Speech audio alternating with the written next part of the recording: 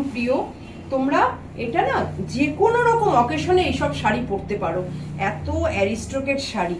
तो मैं हिंदी में थोड़ा सा बोलने की प्रयास करती हूँ, क्योंकि मेरे बहुत कस्टमर है ना जो हिंदी समझते हैं, तो उसके लिए मैं बोलना चाहती हूँ।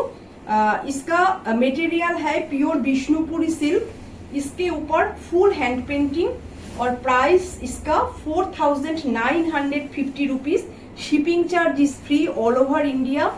EMI also available. आप EMI के फैसिलिटी क्यों नहीं लेते? मैं तो EMI देने के लिए आपके साथ हूँ, और EMI के लिए कोई भी एक्स्ट्रा अमाउंट आपको पे नहीं करना होगा।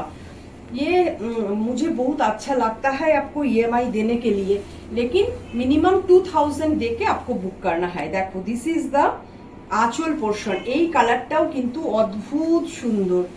And this is the body. এটার কিন্তু আপার বর্ডারেও এরকম একটা ফ্লোরাল যাবে, লোয়ার বর্ডারেও ফ্লোরাল যাবে। এন্ড ব্লাউজ পিসটা একটু দেখিয়ে দিই।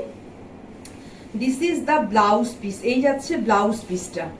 শাড়ির কোয়ালিটি নিয়ে কোনো কথা হবে না।